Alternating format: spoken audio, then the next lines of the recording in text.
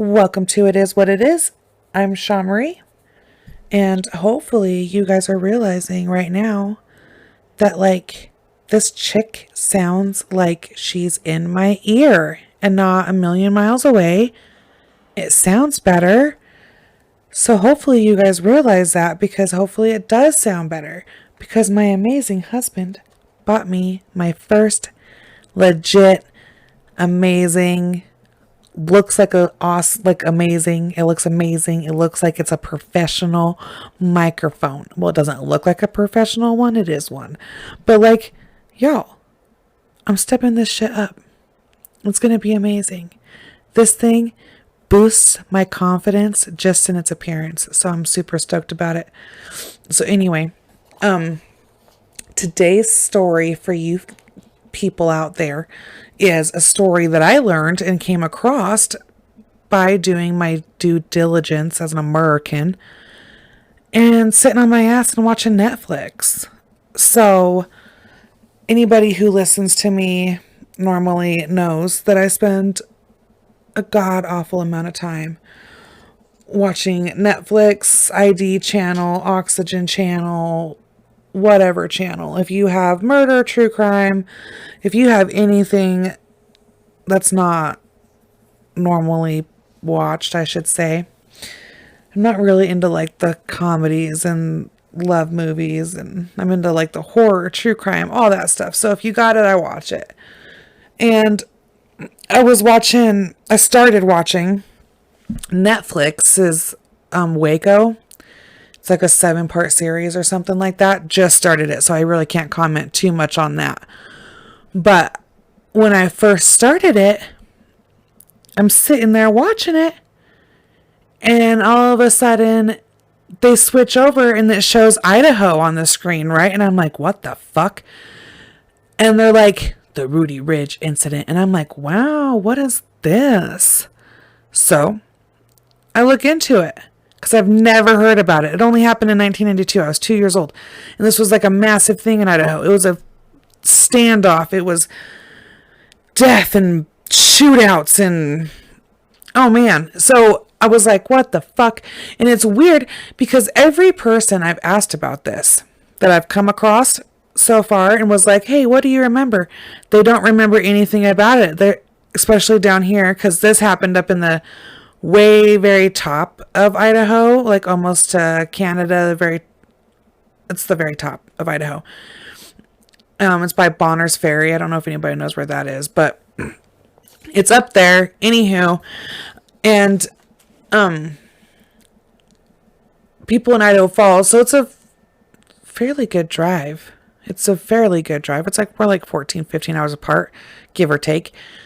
And so everybody down here is like, no, I don't remember. I don't recall that. I don't recall that at all.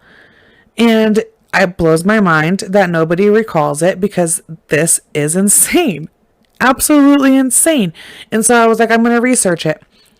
And when the government messes up, y'all, they sure don't like to make it easy to find the information about said mess up. So I found what I could find, and I watched what I could watch. There's a couple documentaries. YouTube obviously helped me a lot, and Google, all forms of Google, just whatever Google leads me to. I don't really pay attention to sites. I try to, just for research reasons, but I am not that great at paying attention. Anywho's. So there's a movie and a documentary, like I said, and a couple books, and yeah, I'm just going to tell you about it. So, okay, so there's this family, the Weaver family. It consists of a mom and a dad, 3 daughters, and a son. So we will start off with the dad. So Randy Weaver was born in 1948 in Ohio. He was one of 4 children. They were deeply religious. He played baseball and football in high school. He professed his faith in Jesus Christ at age 11. But in 2007, he said, and I quote, "I ain't afraid of dying no mo. I am curious about the afterlife, and I am an atheist. End quote. When he was 20 years old, he joined the United States Army in October of 1968 during the height of the Vietnam War. Is it Vietnam or Vietnam? I think I've asked that before. Anyway, one of them wars. He was stationed at Fort Bragg in North Carolina, where he was a Green Beret in the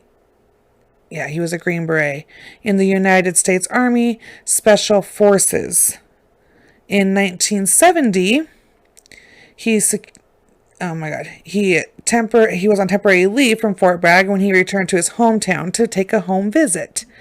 In October of 71, following 3 years of duty, he received an honorable discharge from the Army. A month afterward, he marries the love of his life, Vicki, in 1971. After Randy and Vicki get married, Randy enrolls in the University of Ohio for criminal justice. He wanted to become an FBI agent, which is weird. The path that we take is weird. He dropped out. Of course he did, because the tuition was too expensive. So he started working at the local John Deere factory. And Vicki, when she did work, was a secretary until they started having children. And then she became a homemaker. The Weaver family subscribed to radical beliefs of Christian identity, which some people say that they're racist, and I'll tell you why. But they say that the Christianity beliefs that they believed were more on the racist side. Because they believed that white people are the lost tribe of Israel, and that leads into a whole other thing. And if I am wrong about this, I'm wrong about this. I am not religious at all. This is just kind of like the lowdown Wikipedia gives you. So I really don't know what the fuck the lost tribe of Israel means. Sure they were lost. I hope they were found. I have no idea. Religion is not my thing. Anywho, Vicki had deep beliefs following the old laws from back when. And the family referred to their god as Yohao? Sure. Because the Weavers believed that women on their periods and everything else was unclean, they had a shack in the back of their home, and that's where the women would go and menstruate. Which is weird. The daughter never talks about that in her interviews and stuff. The movie does talk about it, and so does Wikipedia. So maybe he really did think that was too cockeyed to be around him. Which I don't blame him. It is gross. But anywho, so, oh my God, sorry, I yawned. Hopefully you guys didn't yawn. The couple began to believe that everything around them was corrupt as shit, meaning like the government and the man and all of that. They started to believe that really everything was as corrupt as it seemed around them. So Vicki believed that it was, no matter what, the end of the world was going to happen, and that the world was going to come crashing down upon itself, and that she needed to be the one to protect her family and save her family, and that they needed to do that no matter what, and that her family would survive if they backed away and got away from the corrupt civilization of the world. So they start selling things off. They start practicing living without lights, without water. they start preparing their children and getting them ready for this life without lights and without power and all that fun stuff. And they start looking around. Mind you, they're in Ohio right now. And they're like, we need to get away from everybody. We need to move as far away as we can. Let's go to the Rocky Mountains and see what we can find. And when they start looking into the Rocky Mountains, they find out that there's this piece of land, and it's called Rudy Ridge up in northern Idaho. And so they're like, okay, bam, that's where we're going. And so they found a 20 acres of property up there in Rudy Ridge, Idaho in 1983. They built the cabin there with donated wood and found wood and they just built it with their own hands. The family did together. They paid $5,000 in cash and traded their moving truck as well for that piece of land. It's valued at $500 an acre. They had, like I said, no power and no running water. This is something that I can do for a weekend, maybe a week, not longer. Oh, God, that just makes me sound, ugh. Like, I love camping and I love all that nonsense, but forever, I don't know. I like my Wi-Fi.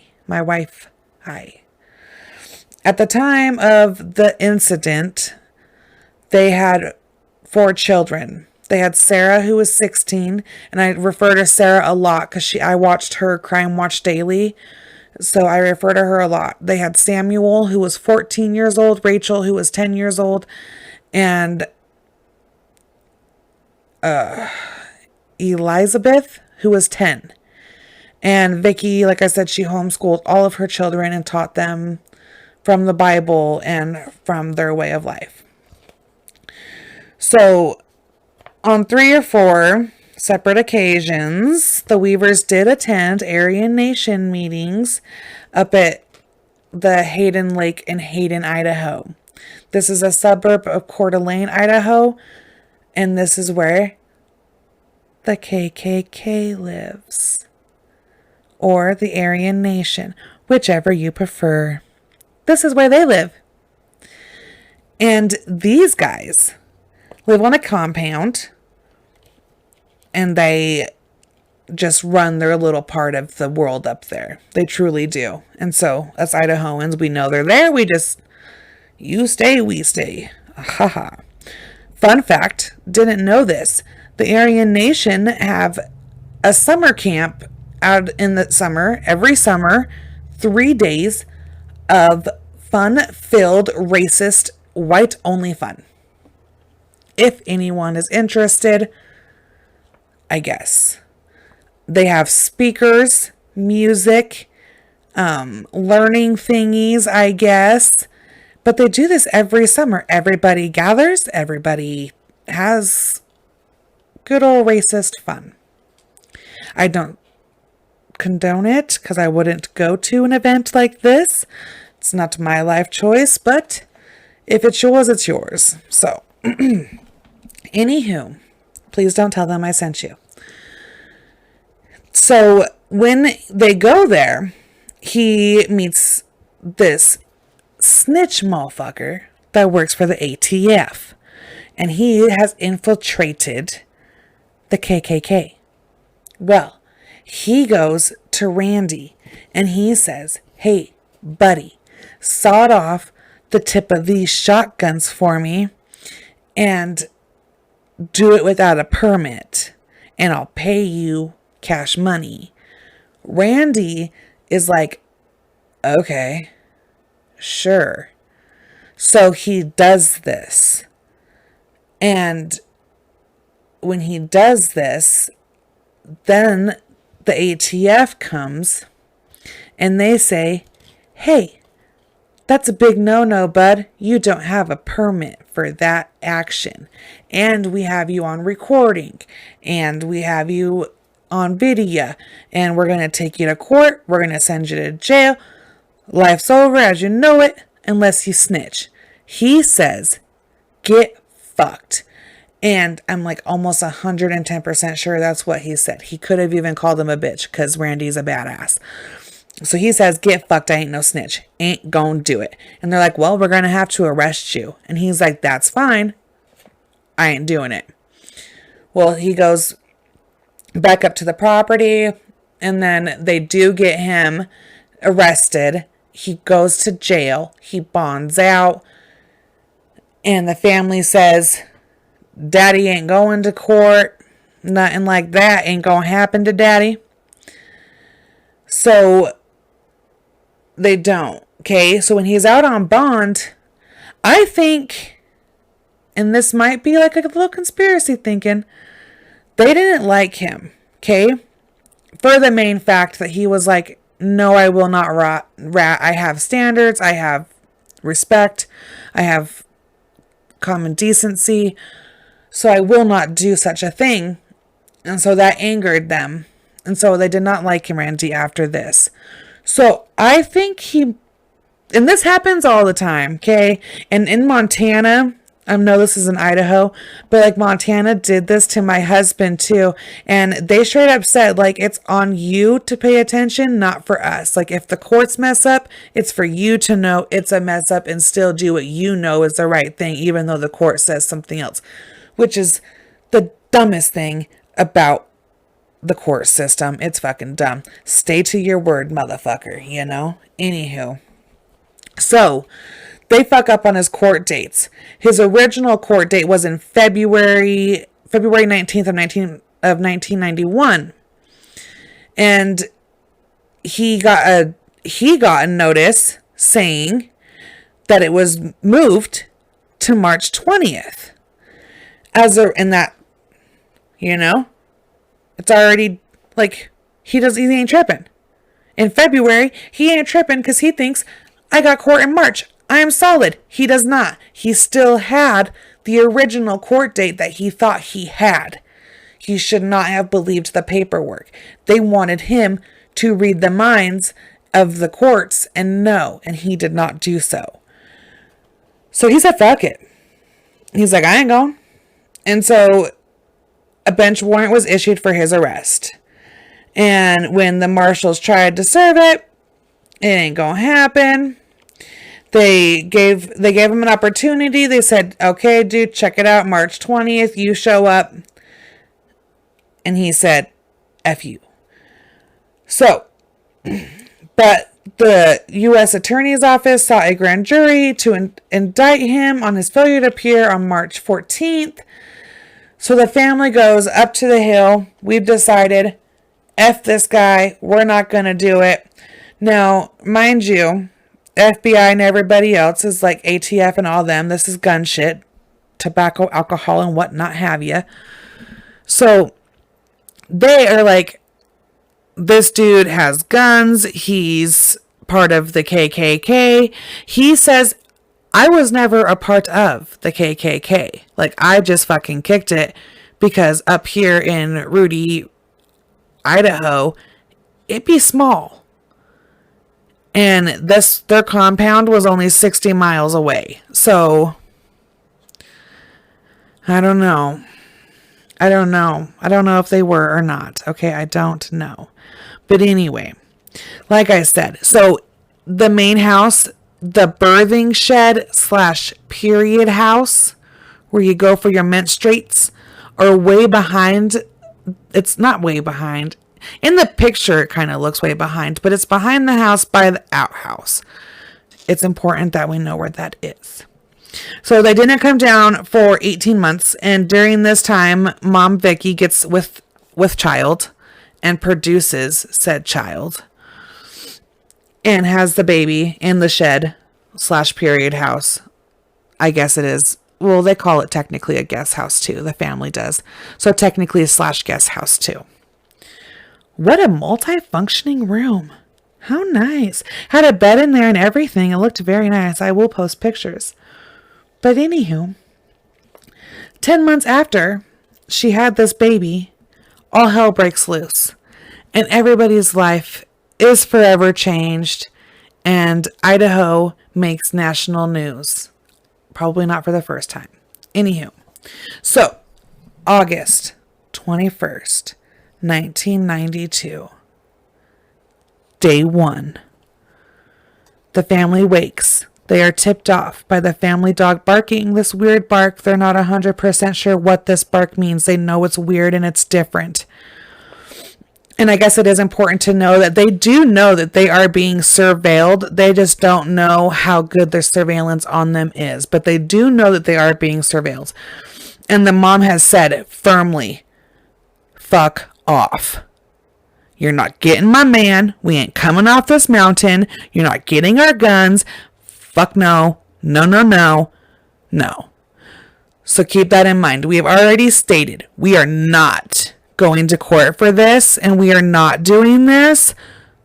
Get burnt. Get up off my land. God saves us. Is the appearance of what they make it come off to be. So anywho, day 1, like I said, family dog is barking. And so Dad, Randy, family friend Kevin, and 14-year-old son Samuel head off to see what is going on. They decide, we're going to split up. You guys follow that way. I'm going to go this way. We'll see why he is barking this way, because the dog just took off like a bat out of hell. Pachoo! Dog took off. So they're after the dog. And so he finally comes to like a slope downhill thing, and he kind of sees this guy in camo. And the guy says, Randy Weaver, get down and put your hands up. Randy says, fuck you, and takes off running and books it back up the hill. And while he's running, he's hearing the dogs barking, okay? And next thing you know, pow, pow, he hears gunshots. He starts screaming, it's a setup, it's a setup. Everybody back to the house. So everybody's yelling. He's freaking out. He can hear Sam, because he's saying, come back to the house. He can hear Sam say, I'm coming, Dad. And then he books it back to the house. Well, when he gets back to the house, he waits. Family friend Kevin comes back and says, Sam is dead. The dog is dead. Sam is dead.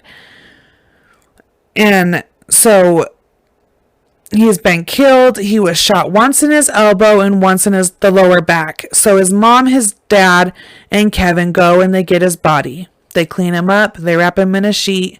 And they put him in the birthing shed. And that's what we're going to call it, because that's nicer than a menstruating shed. The birthing shed. So they put Sam in there. And it is very important to also tell you at this point in time, Deputy Marshal Bill Duncan was 42 years old. He left behind a wife and 2 sons. He is the one that Sam got in the shootout with. He shot Sam's dog. Sam shot at him. He shot back at Sam. Sam shot back. He died and Sam died. So all 3 died, which is very horrible when anybody dies. But it is very important to mention that this officer did die. And so what happens here, okay, after this, one of the guys gets away and he runs, and I wish I could find it by itself, but I could not. But he goes and he calls 911 and he starts saying that like he's under attack, that there was like rapid gunfire and like there's just too much gunpowder. They're not going to be able to handle the situation. He's dramatic is what it actually is this guy is just being overly fucking dramatic and making it seem like there's hundreds of people up on this mountain except for the little ass family that is. So he's making it horrible, like I said. So we make it through that day. We've lost Sam, and no one knows Sam is dead yet. The only thing that the police know for sure is that the dog is dead because the dog gave up the location. They have 2 dogs though, so they know one dog is dead. And so day 2, the dog starts barking again. This time, Randy and Kevin leave. Daughter Sarah follows after them, and Randy goes to the birthing shed to see Sam one more time. And before Sarah comes up, she's like getting right up to him, and like next thing you know, Randy's shot, and he's shot through the shoulder, through the fucking birthing shed and out the roof of the birthing shed. So this is a high power bullet, obviously. It just traveled through a man through a building. So they're running and screaming. They're saying Vicky's in the door, and she's like, get back in the house. She's holding their 10-month daughter at the time. And at the door, we get a clusterfuck at the door. At the door, we get Randy. We get the daughter. We got Kevin. We got Vicki. We got the baby. And then boom. Another shot. This shot goes through Kevin. Goes through Kevin's arm. And then goes through fucking Vicky's head, shoots her, drops her to the ground. She's holding the baby. She drops the baby's covered in blood. It's miserable. They drag her inside and they close the door. So Kevin's shot, almost fatally shot. Well, it kind of does turn fatal. But Kevin is shot. Vicky is now dead. So now we're pissed the fuck off. This is day 2. Okay? Day 2. And like I said, they do not know that Vicki is dead. They don't even know Sam is dead yet. So, day 3, they are like, okay, we need to get eyes on the ground. We need to get in there. We need to know what the fuck is going on. Why did he try to go to that shed? They're trying to figure everything out. And so they send a robot into the shed, and this is when they discover that Sam's body is in the shed. And so now they know that this is no longer just, oh, this man's upset because he has a warrant and we killed his dog. Now they know, oh, this man's upset because we killed his fucking son. And meanwhile, down the road a smidge, well, a far way, down their little windy road, is a fucking mad amount of protesters and mad Idahoans at the ATF. Dude, they are pissed. The FBI, local law enforcement, mad as hell. They have signs that say the feds shot first, which is true. Like, we got mad Idahoans. So now everybody down at the bottom of the hill and nationally knows that they have killed a 14-year-old boy. So now it's even worse. And now anger is fucking hyped because now we're a baby killer and we're this and we're that. And it's just everybody's ramped up and it's getting crazy. So there's like yelling back and forth for a couple of days. And Randy's just not giving up. Okay. And meanwhile, they don't know that Vicky's dead. But they are like telling her because they believe that she is the backbone to the family. And so they're like, come outside. Wouldn't it be nice to just enjoy some food, make some pancake with your kids, like all this shit. And the family's like, fuck them. They know that they killed her and they're taunting us like that. Not cool. And it's just horrible. Like, this family goes through so much. And so keep in mind, we have 2 daughters here that are 10 and how old did I say the other one was? I know for sure. Yeah. So 16 and 10 at the time and a 10-month-old baby. So like, and you're inside with your mom's dead body. They're shouting your mom's name and trying to talk to her. You think they know what they don't know. They think that you think, you know what I mean? We're in a very fucking mad and angry scenario with one another. So on day 8, James Grits, a third-party presidential candidate who was the formerly been with Weaver's. He was Weaver's commanding officer during that Vietnam War. So he says, since y'all can't negotiate with this man, let me have a go. Let me try. And so they were like, okay, since you think you know what you're doing, sure.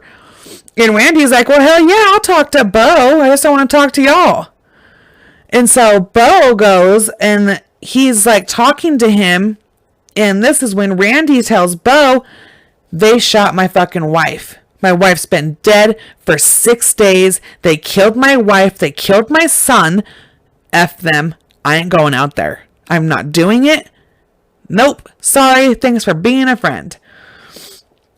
So on day 9, family friend Jackie is allowed to go up there because she's like, hold the phone. Y'all killed my best friend. Her baby's up there with her body. We don't know if these babies have had anything to eat, if they've slept. We don't know what these children. Let me go up and find out what the WTF is happening up there. And let me just see. And so they were like, girl, if Randy says you can go, you can go. And Randy was like, well, hell yeah, she can come. Y'all just can't. So Vicki got to go. And during this time, they've been trying to keep Kevin alive because his infection is getting infected. It's not doing so hot. And they decide, you know what? They're going to fucking kill every one of us in this house. The children are prepared to go out with guns of glory. Everybody in this house is like, I got y'all back. This ain't happening. We got this. And so they decide, you know what? We are going to write down exactly what happened. And we're going to tell our side so that the truth will be out there. And it won't be up to the government to tell their lie and give us this bad name and say I'm this gun trading crazy guy. And so they write their version of events. And so they give that to her. And they give her a list of supplies. And like she brings down the list of the story and she gives everything over. And the next day, day 10, they work it out so where Kevin can leave the home without fear of being killed and go get medical help and get the help that he needs. So he was taken into custody and then got his medical help. And he was literally knocking on death's door. Like, he was right there about to ding-dong ditch that bitch. Like, he was on the verge of death. And then Jackie was given 2 buckets of water. And she was given the A-OK to clean up Vicki's crime scene. And the government willingly was like, yes, please go in there and destroy all the evidence you possibly can, because you're right, the children shouldn't see her blood. We've just left them in there with her dead body for 6 days, but the blood is too much. So please go destroy our crime scene. And she did, because she was like, that ain't gonna happen, okay? Like, that's disgusting. These kids are being tormented. Ain't gonna happen. And while they're doing this, Bo and Randy move the mom's body. The children are crying and just devastated and telling Bo, please don't let mama's body touch the ground. Please don't let our mom's body touch the ground. And they just keep asking him that and saying that to him. Heartbroken. And so day 11, this is the final day. They decide that day, they are like, you know what? We're done playing this fucking game. Either this dude comes out or we're just going in there. And this is just, we're done. This is ridiculous. It's 11 days. The streets are horrible down the hill. We still have mad ass protesters and everything else. It's not looking good for the FBI or the ATF nationally on the news or anything. And so like, dude, this is it. Today is the day we are done. And so they tell Bo, they're like, buddy, this is your last chance. And so Bo goes and talks to him and tells him they're not going to kill you. Come on, we got to beat them the right way. We can't let them get away with this. Fuck these guys. We can beat them. What they've done to you is not okay. They murdered your family. Whatever he said. He talks him into coming out. And so him and Randy and the 3 children, 3 daughters, hand in hand, walk down the hill together, okay? And Randy's in custody. He gets to take a private plane to Boise State Prison. It was the first time he ever flew. So, like, it was just all crazed. And so, in the movie is called The Siege of Ruby Ridge. And it was made in 1996. It's 3 hours long. It's a good movie. Kristen Dunst plays the daughter. And so it's good. She plays Sarah, the oldest. So it's really good. I mean, like, they had really good people in it. And when she gets to the bottom in the movie, and she did think this in her head, and like literally at the bottom of the hill, dude, you have what are those things for the army? The yeah, whatever. The fucking tanks, there we go. They have tanks, they have helicopters, they have all sorts of crazy shit. And cute little Kristen Dunst in the movie, she's like, all this for one little family? Like, it's just precious. But like, really, dude, like, it was over dramatic on what this family was actually capable of doing. It was the most massive fuck up on the government's side back then anyway, because they gave the green light, the A-OK, after the shooting incident, that they said, anybody you see with a firearm, green light, go ahead. That's not okay.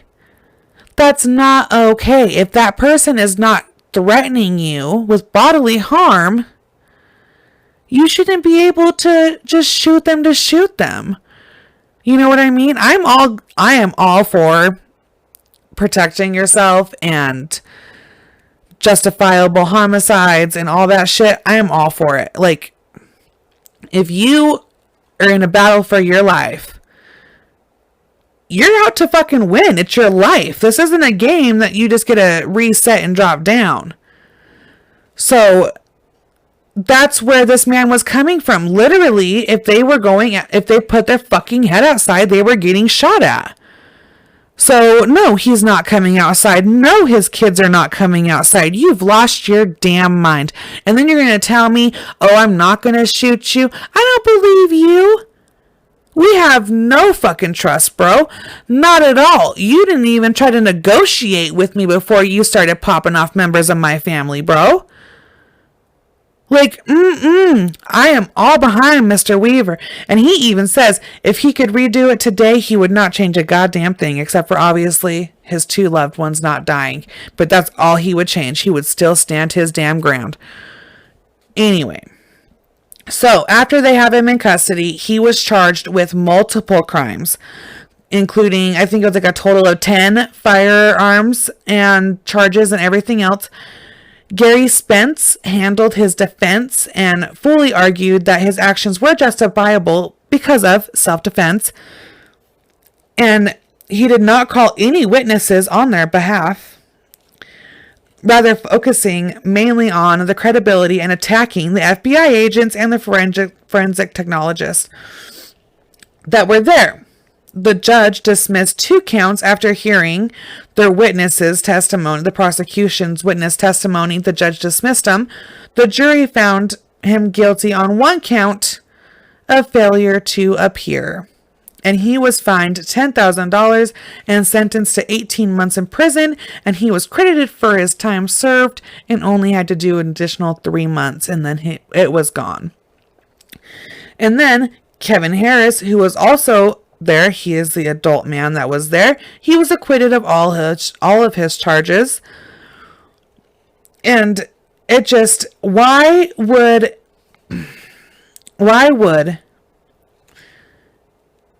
you say that this man, like, why would you want to find 12 people, find this man guilty of killing someone who shot at him?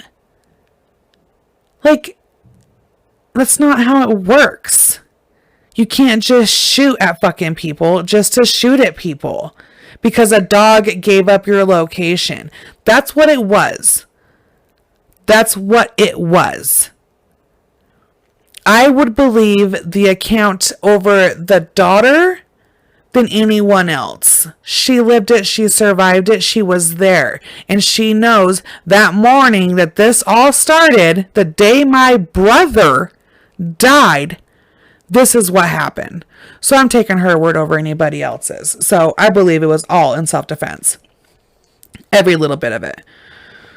So on August of 1995, the U.S. government avoided a trial in the civil lawsuit that the Weavers filed against them for murdering their wife and his wife and son.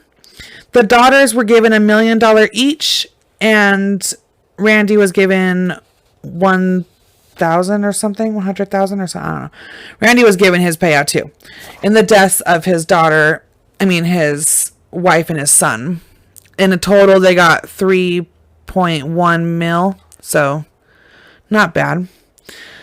The attorney for Kevin Harris pressed that he also was due some money for the unjust action taken upon him, which was him being shot. And that they needed someone. They said they would never pay someone because he killed that U.S. Marshal, which he cannot be convicted of because now we have double jeopardy, because he was already acquitted once for that murder. So, no, he did not. Technically, by the law. And I mean, I'm not 100% if it was ever proven if it was Sam's gun or Kevin's gun who shot at him and, did the fatal. Everybody just says it was Sam on him, because then pretty much justice is done, right? You both killed each other. So the government just used that as its way of cleaning it up. So they say. I don't know. And in 1995, good old Weaver did offer his help in trying to end the standoff in Montana. And the Montana FBI very nicely declined that offer for his help. Oh, I guess I should say that in 2000, Kevin did get money. He was awarded $38,000 for his settlement. So they all knew that was a bunch of shit anyway. Timothy McVeigh who is convicted of McVeigh. I'm not 100% sure if I'm saying that right. Anyway, he's the guy who did the Oklahoma City bombing in 1995. He said that the Rudy Ridge incident was a big contributing factor in his decision to attack the U.S. government. U.S. federal government. Randy's later life, he did testify about his racial beliefs before the Supreme Senate or whatever in 1985, saying, quote, "I am not a hateful racist as most people understand it, but I believe in separation of races. We wanted to be separate from the rest of the world, to live in a remote area, to give our children a good place to grow up." End quote. In 1999, he remarried a lady named Linda, and they moved back to Ohio. In 2000, he visited the site of Waco.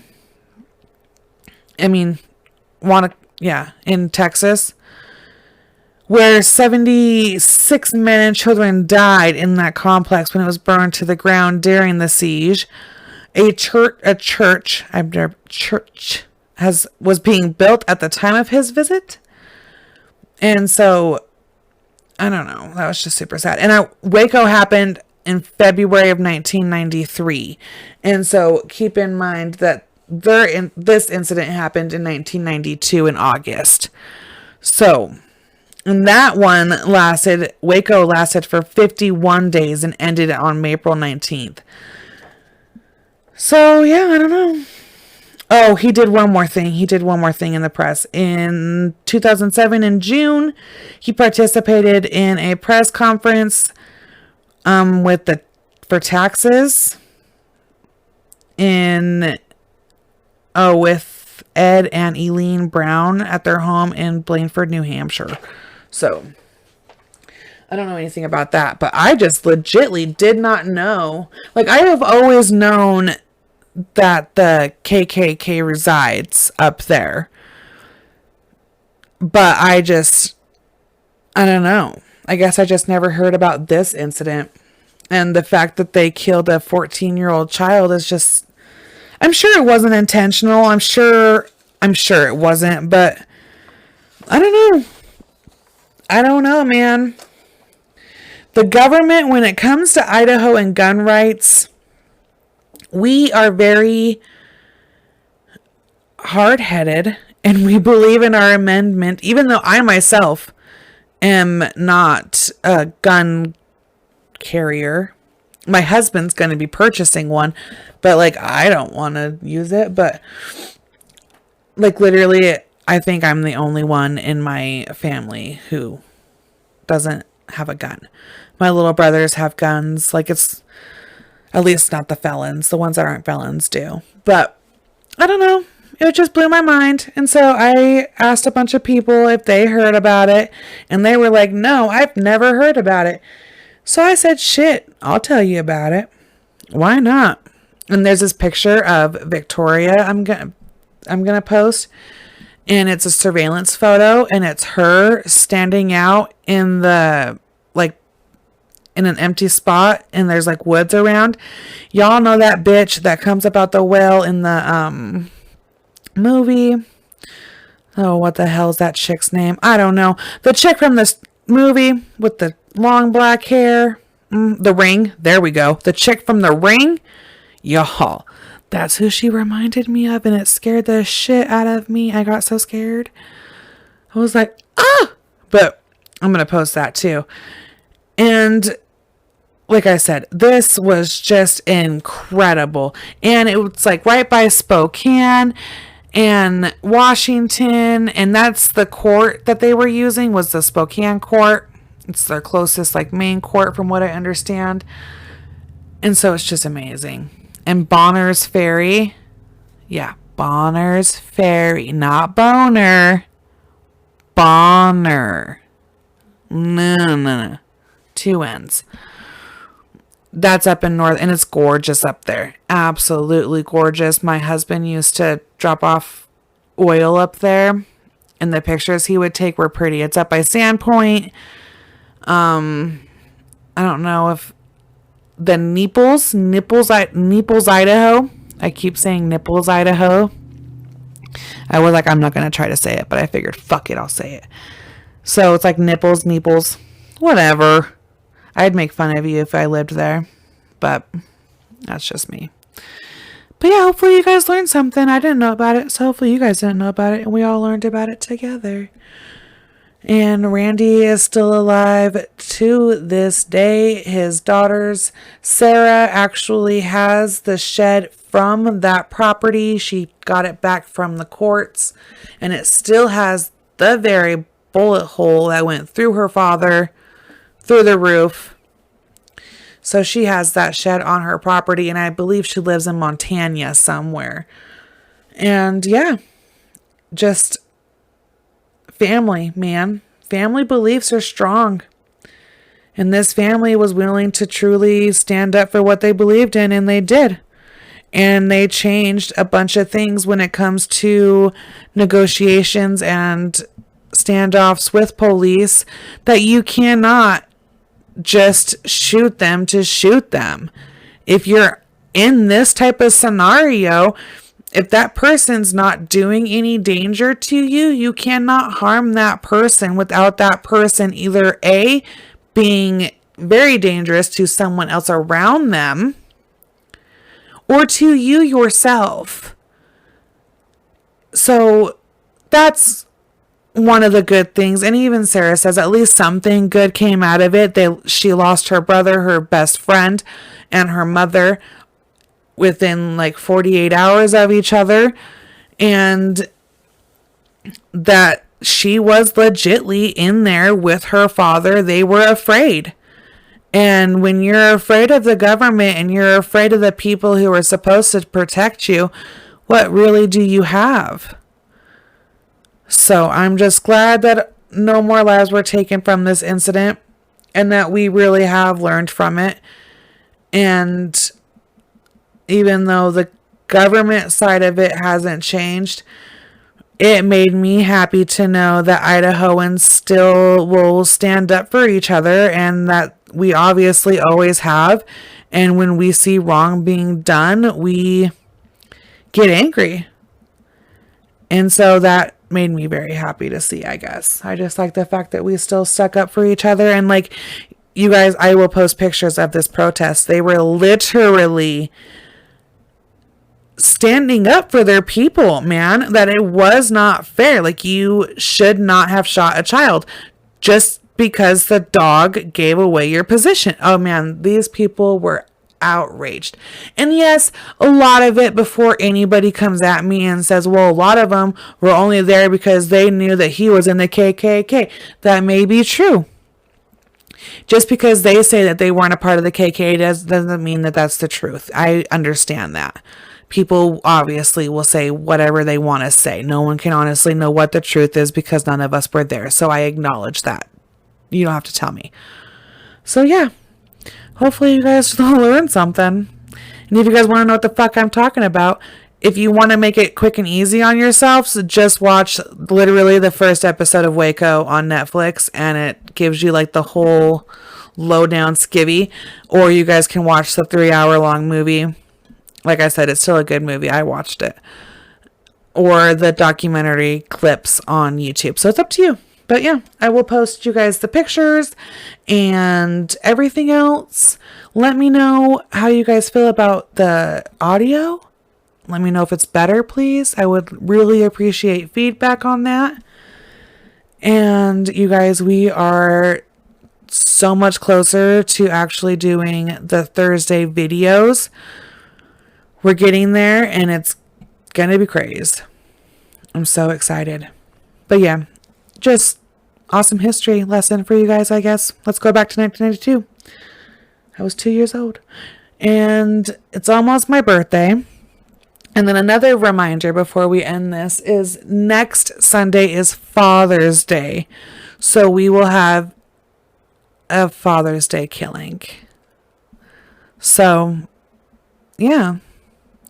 I don't really have anything to do on Father's Day but spoil my husband. So, what are you guys doing for Father's Day?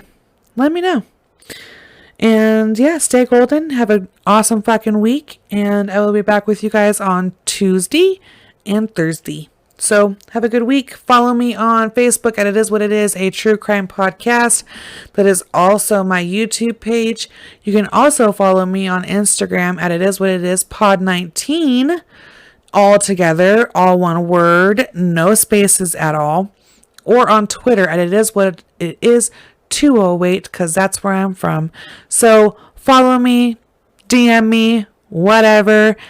Case suggestions. Oh, someone did ask if I would give them personal advice. Fuck yeah. If you guys want to make that a new thing and like a new day, dude, I'm totally down to read y'all's bullshit and give you guys my opinion on it.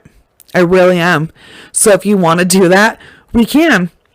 Someone asked me if I do that, and I was like, I don't, but I will. Like, for sure. Me judging people, my fave. Let me. And I'm pretty good at advice. I'm not good at taking my own advice, but I'm pretty fucking awesome at giving it. So if you guys want to give it a trial run, let's do it. Send me a couple and we'll pick a day, and I'll just read your... What we'll do is I'll read your problem, and I will give you advice on the problem. It'll be fun if you guys want to do it. If not, no sweat. Ain't no thing. But yeah, peace out. I love you guys. Bye.